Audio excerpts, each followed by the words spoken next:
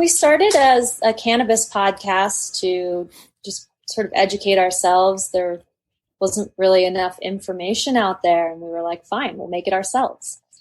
But since we've transitioned, or not transitioned, but we've just sort of expanded to involve psychedelics.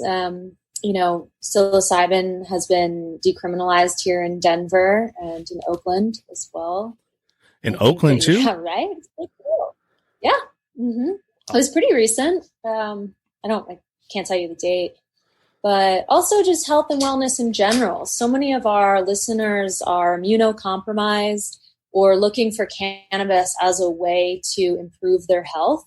And so our goals are also to just bring you any kind of good information that can enhance your life in a more holistic, sort of plant-based way.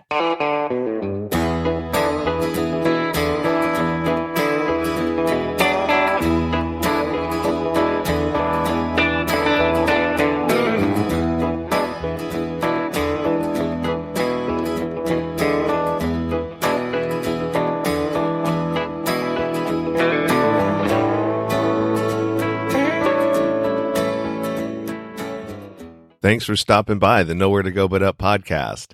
I'm the host of the show, Sean Dustin. If this is your first time listening, welcome. If you're returning, welcome back. It's good to have you with us today. There are a couple of ways that you can help support the show. One of which is if you know somebody out there who would benefit, family, friends, from listening to this show or an episode in this show, send them over. I'd be happy to have them as listeners. Also, you can subscribe, rate, and review on your favorite podcast platform. And if I'm currently not available on the platform you listen to, send me an email and I will try to get added to it. I have merchandise available now, hoodies, t-shirts, mugs, and other items. This is another way you can help support the show, and the show will get a portion of the proceeds. You can find direct links to iTunes, Spotify, Stitcher, YouTube, merchandise, and anywhere else we are online at the bottom of the show notes. Go to the Linktree link, and that will take you to all the ways to connect to the show. And lastly, I have recently disabled the scheduling page tab on my Linktree, specifically because I have about 45 episodes that I need to edit and release, and I wasn't really being allowed to do that, spending the couple of free days that I had interviewing all day. So now that I got plenty of content to edit and put out, I've suspended that, but it will be back in about a month or two. If you think you have a story for the show or an experience or something that you've been through that other people would benefit from hearing, go ahead and go to the Linktree link at the bottom of the show notes, hit the email tab, and drop me a line. Tell me your story. And if I feel like it lines up with the values of this show and podcast, I'll send you a scheduling link and we can go from there. In this episode, I'm talking to Emily Richards, and she is the co-host of the Mary Jane Experience podcast. And we talk about cannabis and other plant-based medicines, including microdosing psilocybin and microdosing THC. So without further ado, let's get to the show.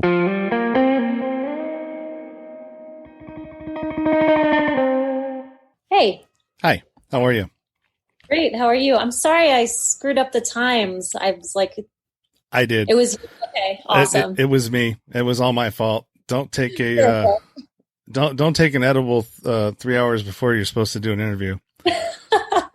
I was just thinking about that. I was like, I think I should take an edible right now, and then it'll kick in like 30 minutes into the interview, and it'll be great. Yeah. I was like, I'm sitting here looking through my the emails from you because I got all your socials up in front of me, and then I have your email right there. And I was like, it said 5:30, and I'm like, oh shit, did I miss it? No, I totally I think we did say 5:30 because I was here and I was ready, and then I looked at the invite and I was like, oh my God, I'm dumb. And whoops. Yeah. All good. I have nothing else going on. My day is pretty much over. So yeah, you live happy to be here. You live in a cool part of the country, up in Boulder.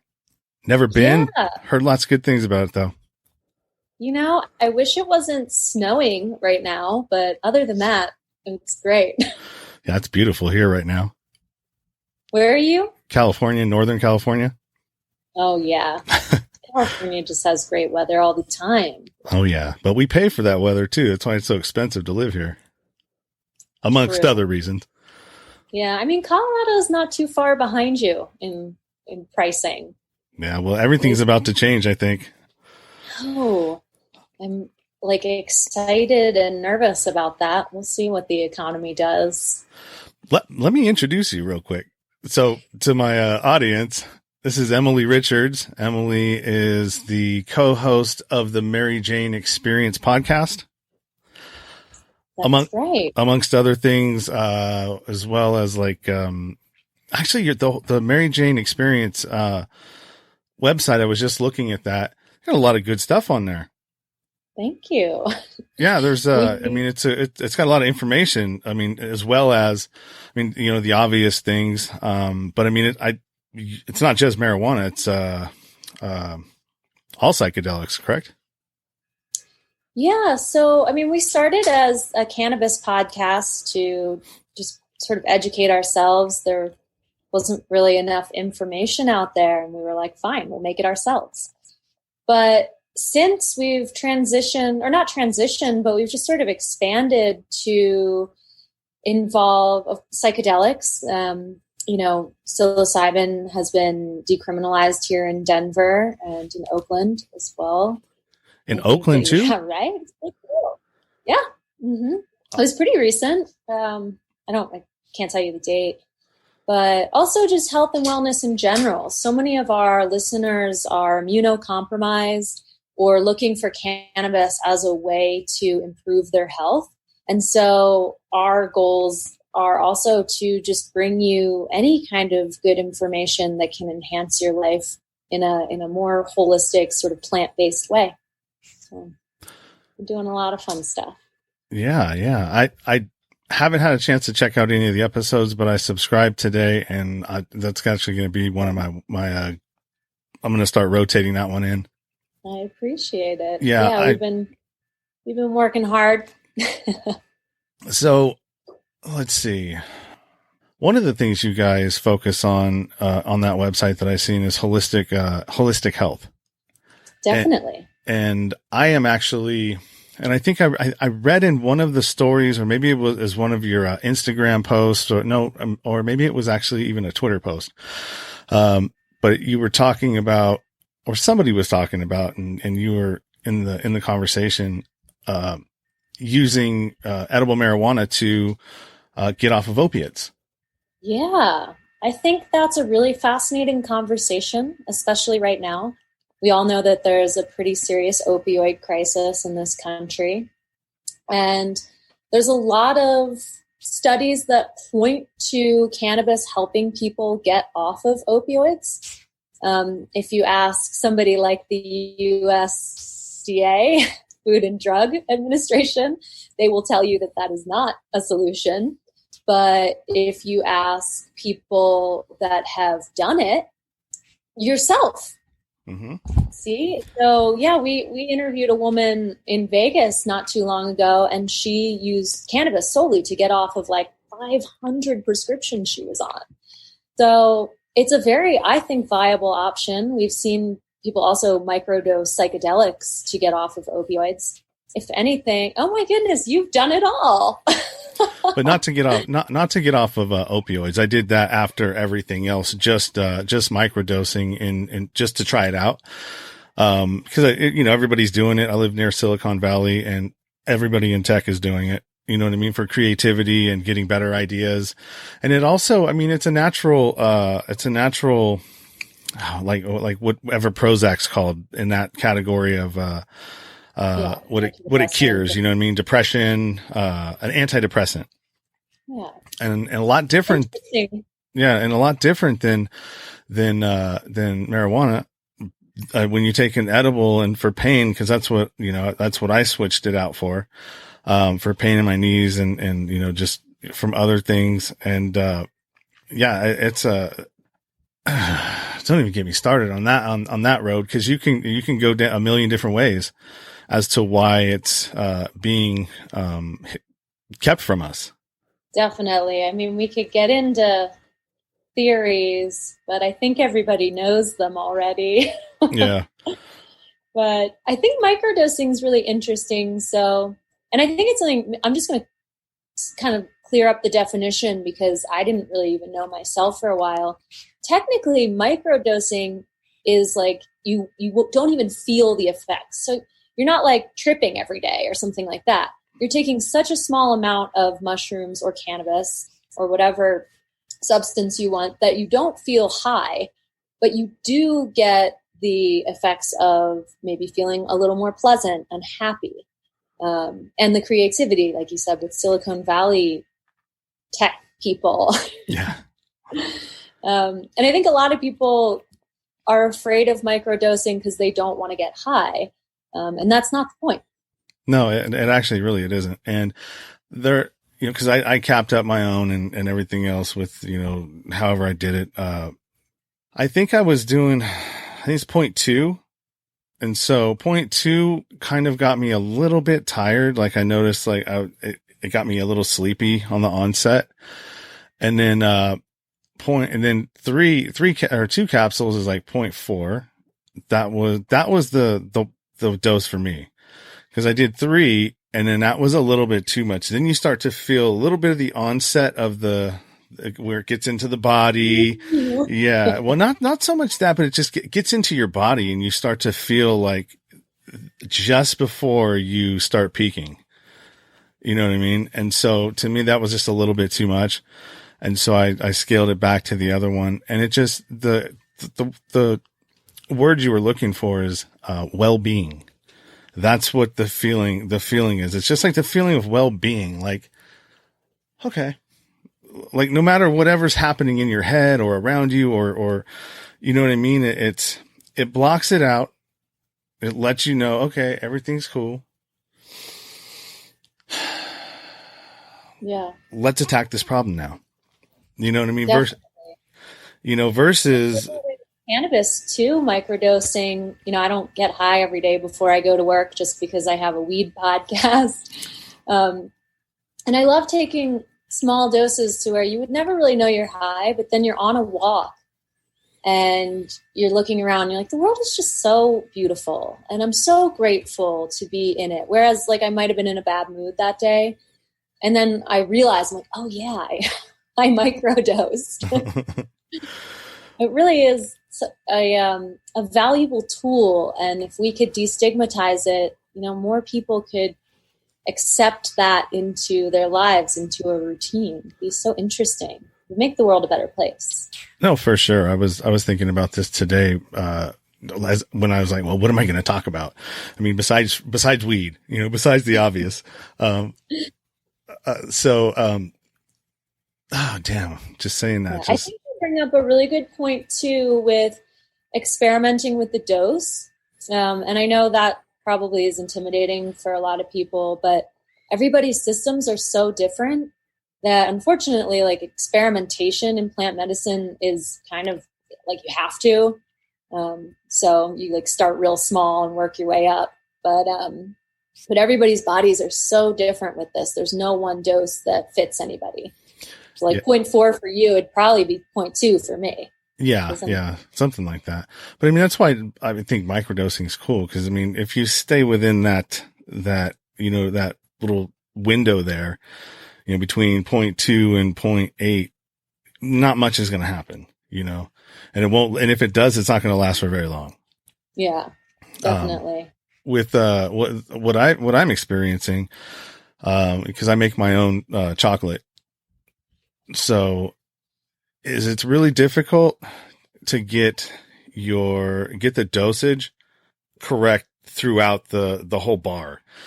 And even when I'm mixing it up very well with the right temperatures, and making sure everything is dissolved, it's still some pieces I'll take it just like what I did earlier. It's what I would normally take and I'm fine. And this, I guess there was some, stuck in one piece of chocolate. I don't know. I think edibles are really tough that way. I think that's something that if you look at the legal cannabis industry, before it was legal, we were all like making brownies and making our own chocolate bars. Like obviously we can't buy mushrooms, right? Yeah. But now that it's legal, these companies have gone into labs and made sure that all of these edibles are like dosed to perfection, which is really great for consumers who always know what you're going to get. But when you're making it at home, you still, I don't know. Yeah. I can't really give you a good way to get over that. No, it's just, it is what it is. There's going to be some pieces that are not, going to get you higher than you want to be. Yeah. But getting too high can sometimes be an amazing experience. And I think that is also a medicine in its own right. And like getting a little bit out of your comfort zone and, experiencing being too high can be very interesting. And I think that's where a lot of cool work is done, a lot of cool personal work, and there's actually a lot going on these days with psychedelic therapy, which I think is I've never tried it. I've done psychedelics, but I've never done it intentionally thinking like, okay, I'm going to have somebody guide me through my problems. That sounds like a lot, but I think it's cool that that's going on right now. Yeah. I looked into a retreat where you can go, for 3 days. Well, they have longer ones, but the one I was looking at was like 1,700. And I think you had to come up with your own your flight there. So 1,700, and it's somewhere where stuff like that is legal in another country. It's, I can't even remember where it actually was, but I was like, all right, 1,700, that doesn't seem bad. That's like at the most 25, maybe 3, but you only get 3 grams, which is probably a lot. I mean, I guess it could be a lot. 3 grams of mushrooms. They put you on a trip. They guide you through it. You process it. You process it the next day, and then you're off on a plane again. Yeah. Psychedelic tourism is definitely a thing. Like I've thought about doing that too, like going down to Costa Rica for an ayahuasca retreat. Yeah, that'd be cool. There's a lot of places in the world where that kind of stuff is legal, but you do have to travel, generally speaking, unless you're doing something underground. Yeah. Which I bet there's plenty of out there. Yeah, I've done too many underground things in my life. I don't like cages anymore. So, I've done my share of being locked away. So I'm on the straight and narrow now. I mean, I still do other stuff, but I mean, it's like, not the other stuff, but like I'll take mushrooms here, not being legal. I actually was going to take that was the whole reason why I wanted to do the microdosing, because I actually do want to go on a trip and do some work. Cause there's some things that are, in my behavior pattern, how I treat people sometimes that I don't like.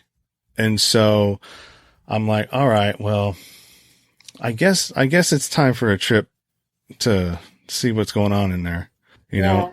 I feel the same way. I've a girlfriend of mine and I, we're in our 30s now, and we just want to be the best versions of ourselves that we can be. And one thing that somebody was telling me that has done psychedelic therapy, and even just therapy with cannabis, with weed, is that you can do years of therapy in a way shorter amount of time when you add these substances. So it gets you there faster, which just sounds fascinating to me. I think it's intense, and you have to be willing to go through a serious experience, but to be able to do in a day what might take months is, that's a cool idea. Yeah, it is. It falls really in line with how I think and what I do, with my podcast and how I got to where I am. And it was all just kind of, I still have a little bit of an ego, but the more self-reflection I do, the ego starts to shed little by little, because you're starting I'm starting to look at myself, a little bit more deeply. Why is this happening? Why did I do this? You know what I mean? And just trying to make sure that, I don't have anything to apologize for the next day.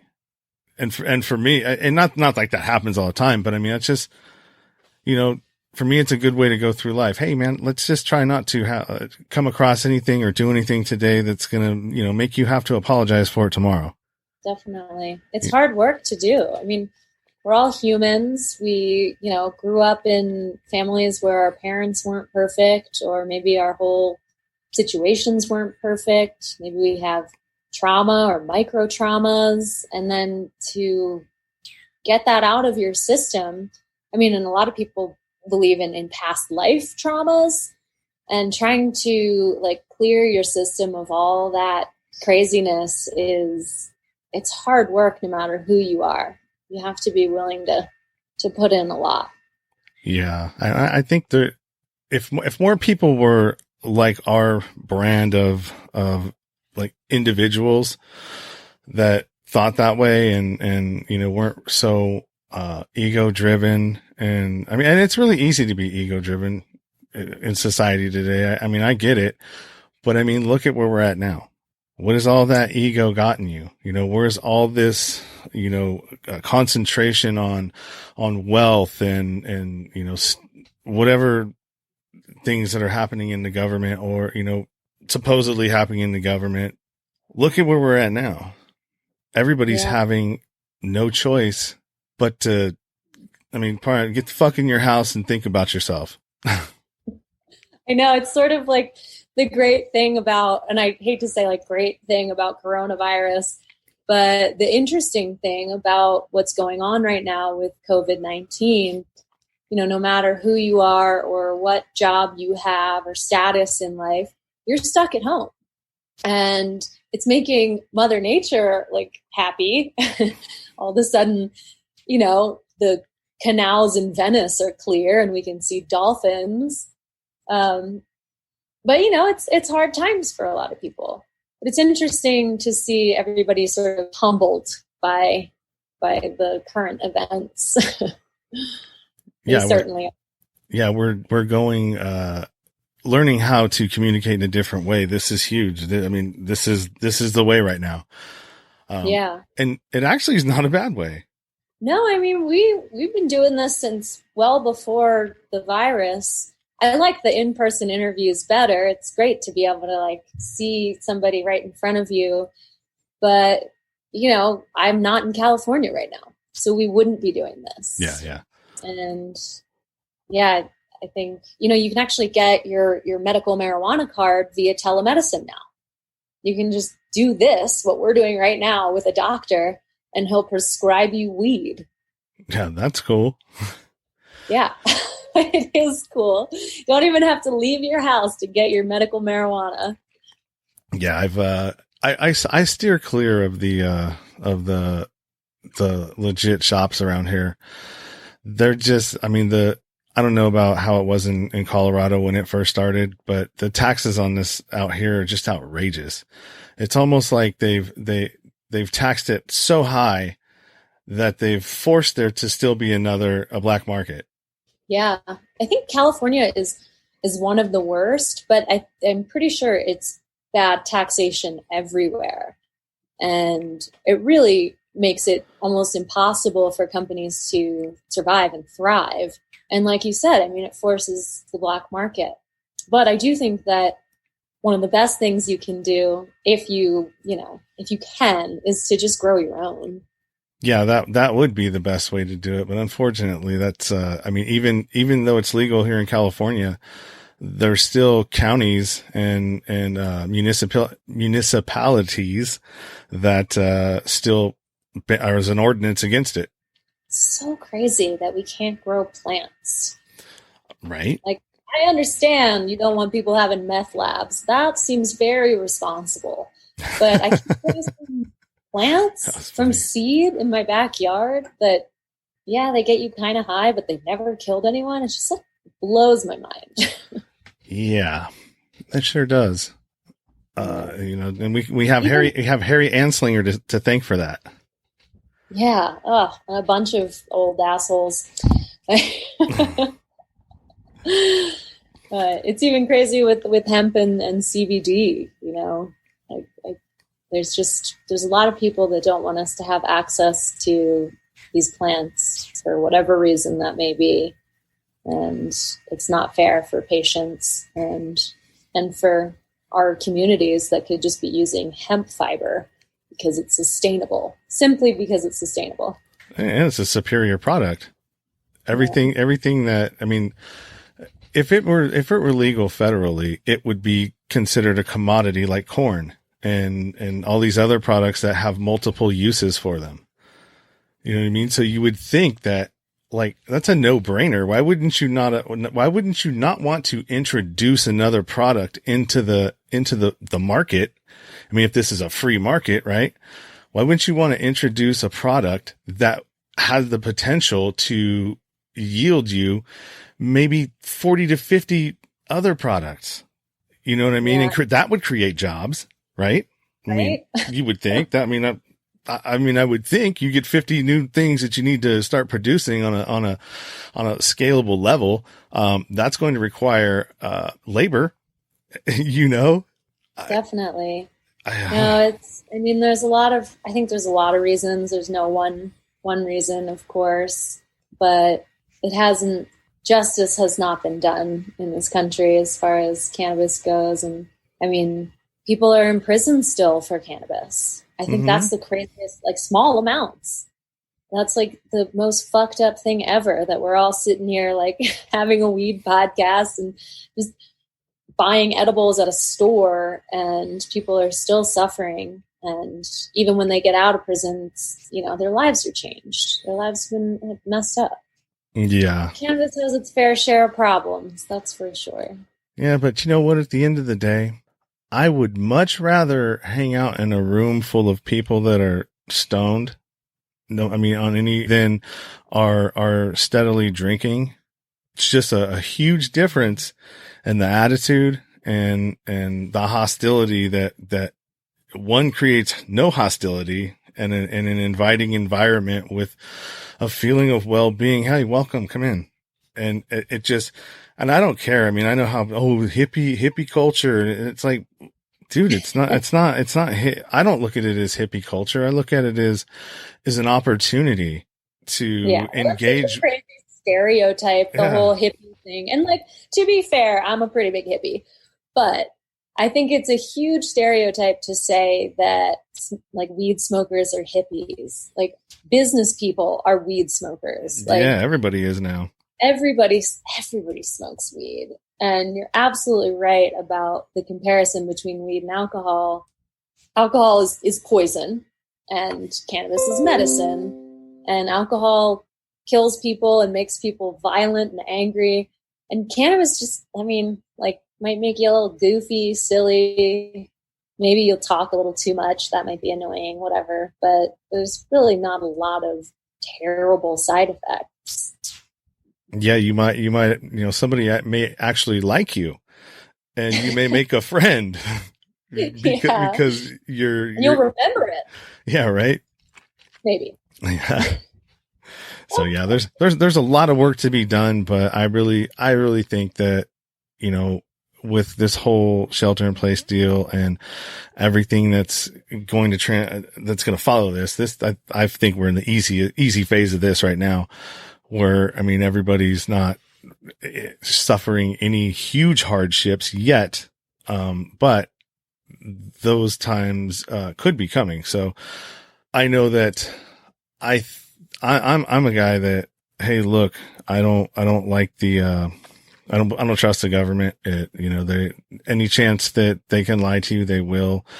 They do horrible things to their own population. And we're nothing. All governments do horrible things to their own populations. We're not, and maybe not all, but it's fair to say that they kind of all have the same playbook.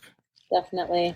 And especially this current administration, I wouldn't say is my top favorite. Oh, that I've ever had. that thing that got sent out this morning that I sent out. Oh yeah, man. And this is the thing about confirmation bias. All right. They did this really cleverly too. They put everything in there that people would agree with, like, oh, obviously, yeah, term limits and congressmen don't get to have a lifetime, whatchamacallit, like after their first term, they can retire and have full pay. Yeah. And all of these special treatments and laws that they write for themselves to enrich themselves. And that was the first part of it. And then I just like, oh, okay, well, I agree with that. And now I'm going to share it with everybody because like everybody needs to know this. And then I send it out and I get some, a couple of fact check, things shot back at me. And I'm just like, oh, damn, I did it again, man. Not reading the whole thing. Cause if I had seen that it said, your President Trump said X, Y, and Z, then I would probably have copied it, removed what I didn't want out of it, and then redone it. Because I mean, I agree with the message. Yeah, I mean, I agreed with the message as well. It just, and I didn't know who you were either. Like we had never met, so I was like, well, who knows? And like the message is there, and it's not like every single thing Trump does is completely evil, although most of them. Well, just no different. Talking about that this morning is like social media culture. It's so easy to just read a little tidbit and not read the whole thing, or even like just reading the title of an article and being like, "Oh, weed cures cancer. Perfect. I'm gonna go smoke a bunch of weed." But in reality, like the article was like, "Weed cures cancer if you do this, this, and this too." Yeah, and so not reading the whole articles these days is kind of a huge problem we're having. Yeah, and I've done it myself a million times. Yeah, and I caught myself in it today. And then I sent out a retraction. So here's the funny thing about that. I was doing it on my cell phone, and like I have horrible vision. Like I can't see shit on my phone unless I have glasses. And even then it's kind of a pain in the ass to do the to do an actual post that's lengthy. And so I went in and I'm like, all right, well, this is what I'll do. I'll write my apology message and put all that in there. Hey, sorry, I didn't read this. You know what I mean? And here's some fact checking sites. And if you want to look yourself. And I meant to just put that on there, but the whole damn thing, even the whole speech went in the middle of it. And so I'm like, and I didn't look at it. And again, I'm like, boom, boom, boom, boom, to all the people that I sent it out to, like, hey, sorry, I'm a jackass. And some of them are like, dude, I'm not reading that whole thing again. Like social media, it's such a like blessing and a curse, right? I mean, we're here podcasting, we're creating information for people to listen to. And half the time I'm like, am I worthy of sharing this information? Like, I hope so. I think I've done enough research, but there's always the opportunity for me to be wrong. So I just like to keep it open and be like, I might be wrong all the time. And if I am, I will admit to it and I will completely I'll change my ways. Yeah. I'm not married to anything. If there's something that I think and that my thought process or what I'm thinking is false and, you have something to back it up and you have a good argument, I'll listen to you, cause I don't know everything. I mean, you have to stay open-minded. Yeah. I mean, that's the whole thing with cannabis and psychedelics and plant medicine that I'm just trying to get through to people is just be open-minded.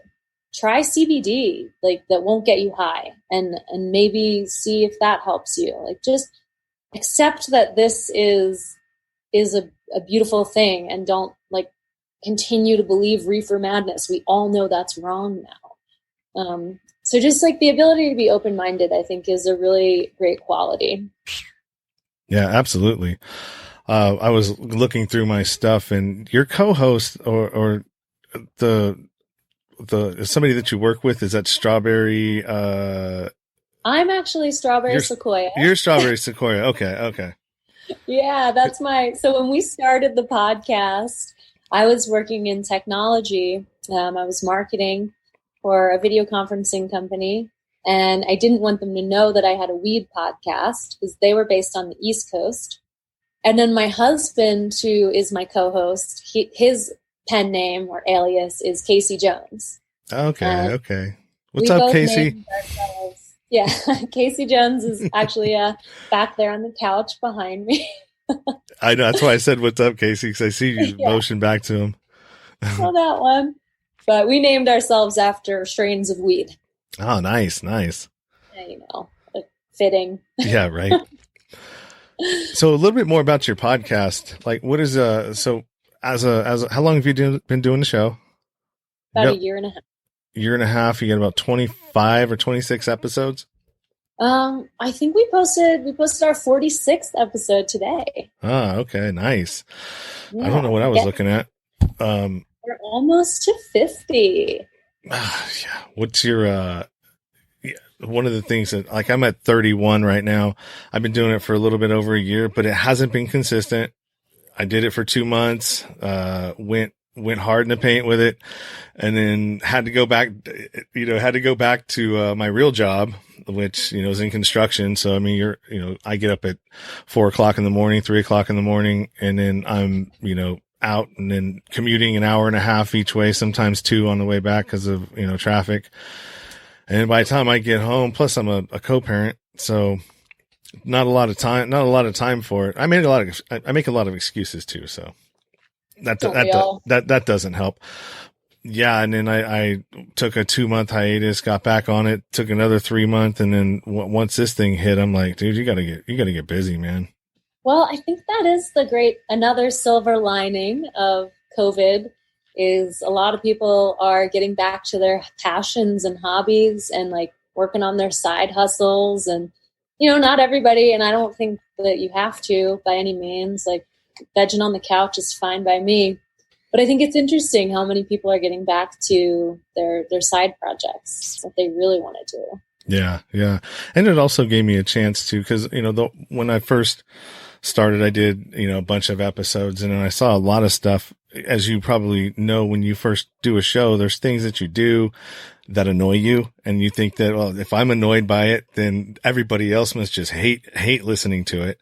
And so you got to go through that period of, the silly noise, mouth noises that you make, clicks, learning how to get up, where your sweet spot is on your microphone and your setup. And so, yeah, I was able to, see all that and then come back this time around with that knowledge of, okay, this is what I don't want to do. Let's try to steer away from doing these things. This is where I fell short before. Let's try and, you know what I mean? Let's work on that and make that a priority.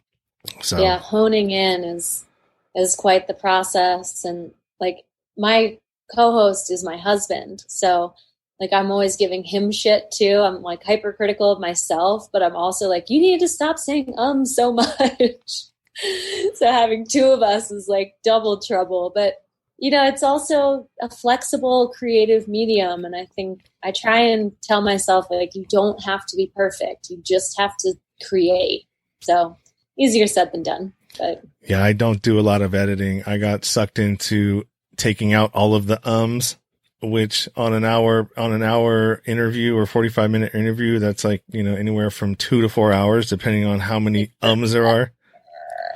Yeah, it takes forever. And then not to mention all the other things that go into it, because a lot of, you don't realize what goes into producing a podcast. I mean, even if it's out of your own home and not professional, I mean, if it sounds somewhat decent, it's going to take you about, I don't know, anywhere from 2 to 8 hours, depending on how efficiently you want to go in at it.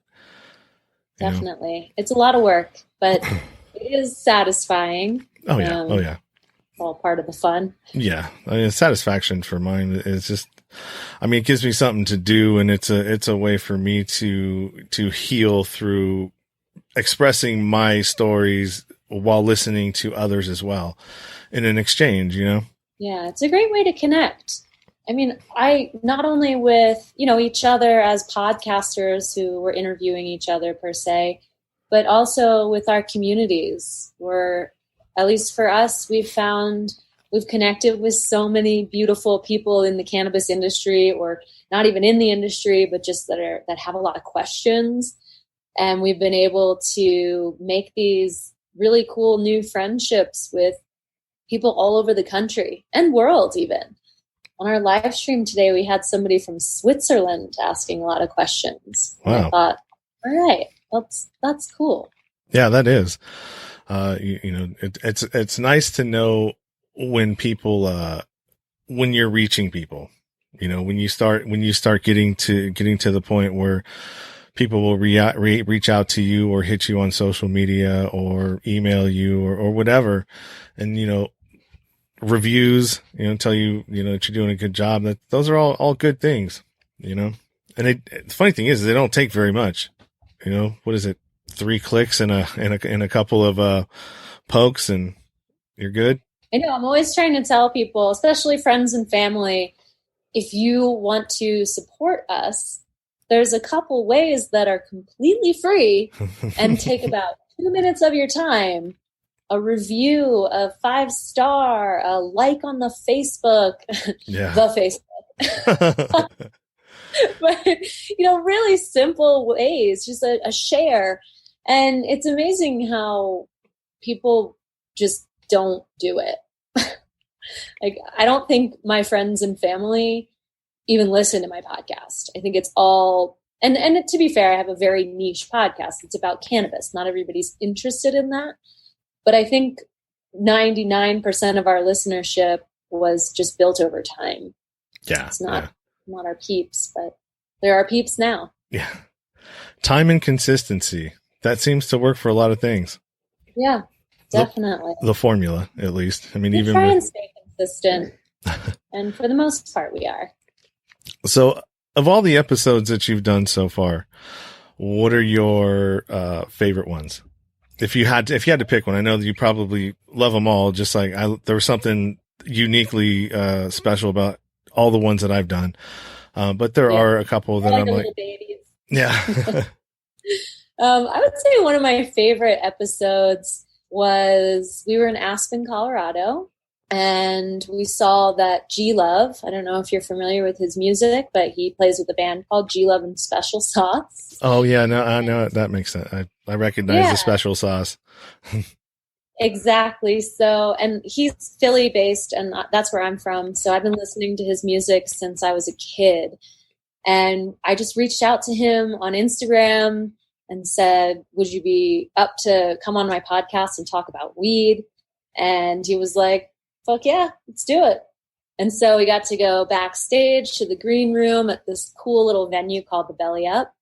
And he's pretty famous. He has a pretty big following. So, and he's been in music since I was a kid. I mean, I don't know, 25, 30 years. So his stories about the plant and how it inspired him as a musician, when he started smoking weed was when he started diving into his music. And he also has all these cool stories about smoking weed with Snoop Dogg and, the whole spectrum of interesting stories that you can only really get from a rock star. Yeah, right. So that was really cool for me. I don't interview a lot of rock stars and I haven't really tried to. So I loved that, but I love talking to everybody. I love talking to small herbalists about their little like mini weed gardens that are, run by the stars. So, and we've talked to a lot of CEOs of cannabis companies just to see how the industry runs.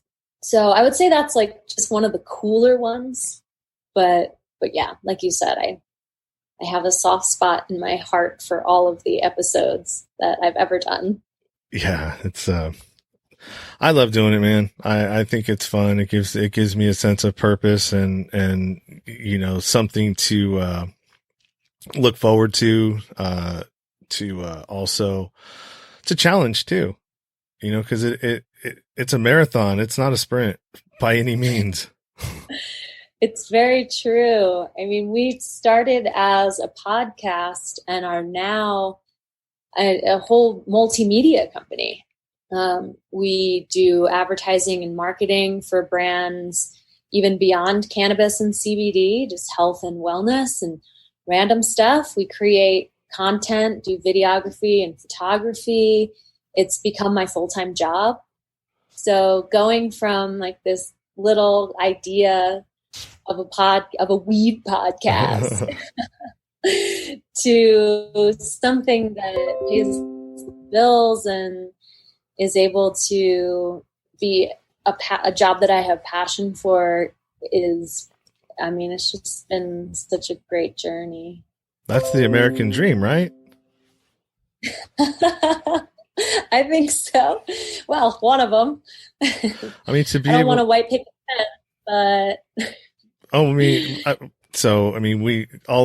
everything needs a reboot from the way, because I mean, technology, society, everything has moved so fast in the last, 20, 30, 40 years that, I mean, everything needs a reboot and a shift, So I don't, to me, that's if you're doing what you love and have turned your hobby into your, and passion into something that's lucrative and pays your bills, I mean, it doesn't get much better than that. Yeah, agreed. I mean, I think it's a lot more glamorous than I make it sound. I mean, it's a lot less glamorous than it sounds in the way where, you're constantly like stressed out. And I mean, there's obviously a lot more than just, I like talk about weed all the time and then I make money. But yeah, I think it's a lot more satisfying than just like going to work for the man. Yeah. So. Well, I think that's a great note to end on. Definitely. Well, hey, thank you so much for having me. I really appreciate it. Yeah, thank you. It was a great conversation. Love talking about weed and different topics like that. One thing that I'll probably do, I'll shoot you an email, and anything that you want to appear in the show notes, just go ahead and drop it in that email so I don't screw up your places.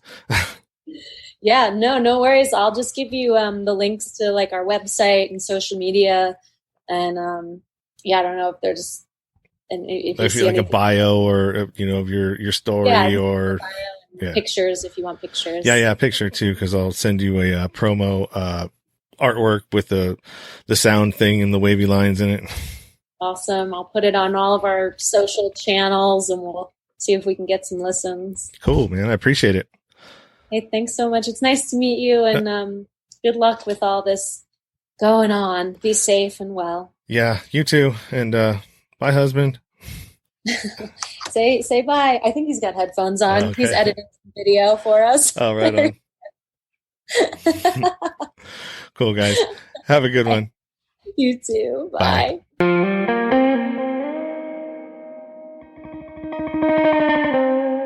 Thank you for listening to the show. And thank you, Emily. That was a great conversation. I always enjoy talking about cannabis. And you can also check out the MaryJaneExperience.com. Great resource for cannabis and other plant-based medicines. The Mary Jane Experience podcast. I've actually went and checked it out myself now. I hadn't up to the show, but after I went and I checked out a couple episodes, and now I am a listener. I really enjoyed her episode 44, so much so that I related to the guest that was on that show or that episode. I'll be interviewing him this week, as a matter of fact, to be a guest on this show.